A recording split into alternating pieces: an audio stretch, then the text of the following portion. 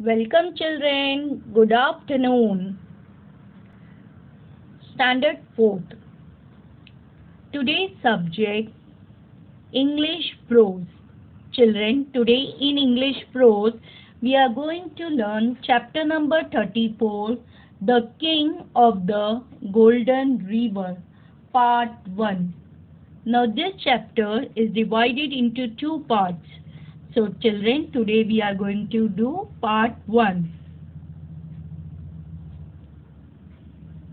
Let's begin the lesson. Part 1. Long, long ago, in the mountainous part of a country, there was a fertile valley. Children, fertile means able to produce good quality crops. There were many waterfalls leaping down the mountain tops, but not into the valley. They all ran down the other side of the mountain. One of the falls was very high and shone like gold in the beams. Beams means rays of the evening sun. People called it the Golden River.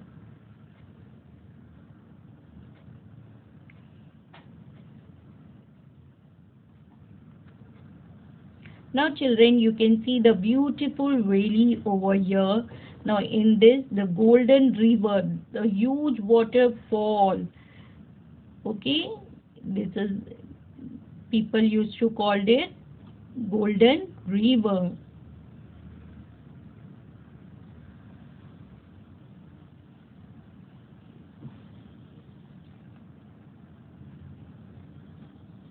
Now, though there were no streams running down to the valley itself, the wind constantly means all the time, brought the clouds to the valley. Even when the rest of the country was dry, it always rained in the valley. In the valley, the wind and the clouds made the crops green, the hay high, the apples red, the grapes purple, and the honey sweet. People called it the treasure valley. Okay, children? So people used to call the valley the treasure valley.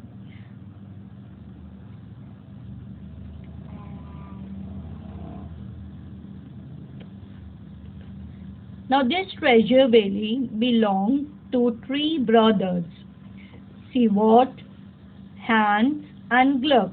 The two older brothers were big, ugly, and wicked. They were good farmers, but they killed everything that was not profitable for them. Profitable means likely to result in a profit or advantage. Even little things like blackbirds and hedgehogs and crickets. Now children, hedgehog is a small brown animal with a covering of spines on its back, and cricket is a brown or black insect which makes sound short loud noises by rubbing its wings together. They did not treat their servants well and gave them only poor wages. Wages means the money that is paid for the work a person does. They waited till the corn had become very expensive in the market and then sold it for twice its value. They were very rich, but they never ever gave even so much as a penny to the poor. People called them the Black Brothers. Now children, you can see the treasure valley belonged to three brothers, but the two elder brothers, Siwot and Hans, were very cruel. They were very bad. They used to kill everything that doesn't give profit or advantage to them. They did not treat their servants well and give them very poor wages. So people used to call them black brothers. Now in this picture you can see the three brothers. Okay, you can see these two older brothers. See how cruel they are. They are beating the younger brother. Now this one was the Gluck, the youngest of the three brothers. Gluck.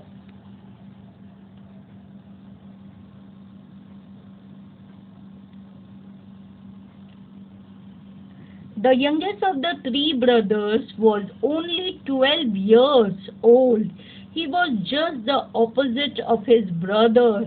He was kind to every living thing, though his own brothers were cruel to him and made him do all the cooking and the mending and the housework for them.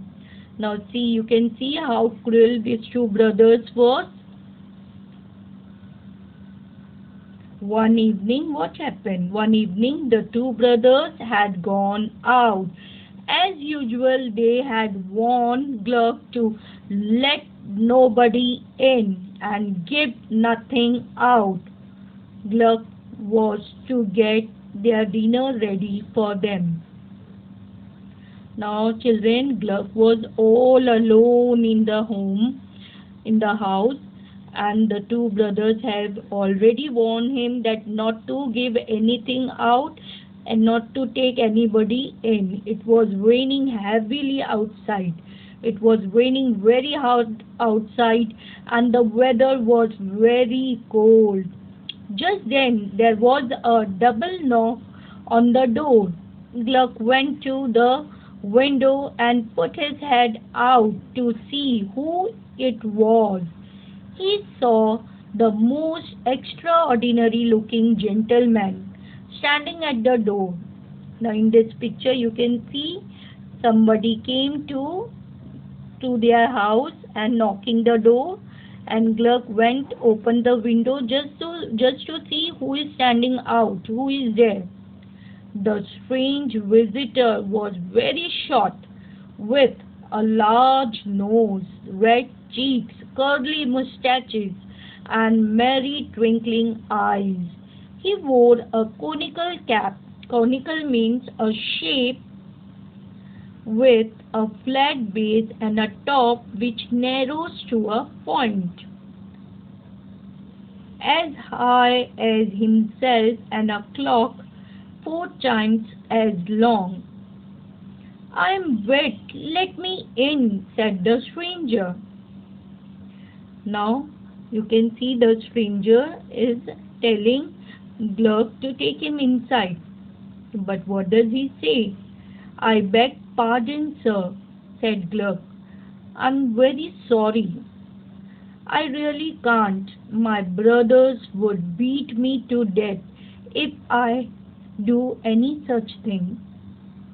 So now in a polite manner, Gluck is saying sorry to the strange visitor. Now in this picture you can see the visitor wearing the conical cap and the clock is long, very much long. But Gluck saw how hard it was raining and how cold it was and how wet the gentleman looked. So he opened the door and let the stranger in. Gluck thought he would let the stranger get warm inside for some time and ask him to leave before his brothers came home. The stranger, however, had no plans of leaving. In fact, he told Gluck that he had had nothing to eat for 2 days and was very hungry. It melted Gluck's heart to hear this, so he decided to give the stranger a part of his own dinner. Before the stranger had eaten it, however, the wicked brothers returned. They were shocked to see the little gentleman sitting in the house. At once the brothers began to shout at Gluck. Siwaz threw a rolling pin at Gluck. At that instant the stranger put in his conical cap and the rolling pin went spinning to a corner of the room. Now see, Gluck helped the stranger and he took him inside. Okay, but suddenly the two brothers came back. The brothers turned to the visitor and ordered him to get out of the house. The little man asked them humbly to let him stay, as it was so cold and wet outside. But the evil brothers won't listen. They rushed at the old man to throw him out of the house. To their surprise, they found that they couldn't touch him. Instead, they were themselves swept into the corner with the rolling pin. Then the old gentleman gathered his cloak and cap and said, "At 12 o'clock tonight I will call again. But since you have treated me so badly, it will be the last visit I pay you." Then he went away like a wind. Now see how badly these two brothers treated that stranger.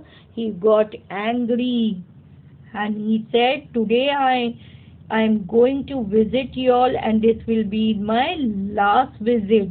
That means he was having some magical powers with him. He was not a simple human being or simple person. He was something else. Now see the two brothers how they are in the corner of the room.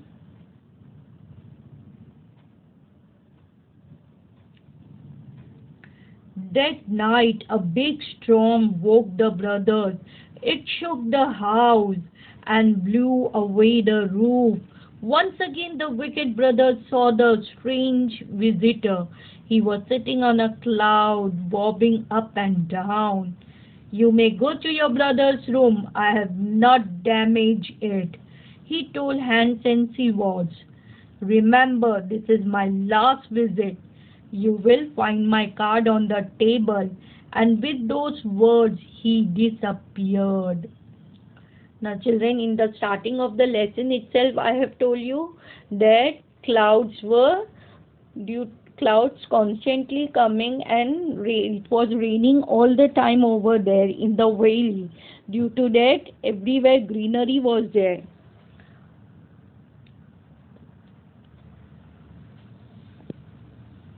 So in the morning the brothers saw from the window that the storm had swept away whole trees and crops from Treasure Valley. Everywhere they saw only red sand and grey mud. The valley was a picture of ruin. The brothers then crept into the kitchen. On the kitchen table there was a small white card. Southwest Wind. So this was not an ordinary person. He was Southwest Wind that used to bring the cloud in the Treasure Valley, and it used there due to the wind the clouds made the crops green, the hay high, the apples red, the grapes purple and the honey sweet. Thank you children. Hope you like this video.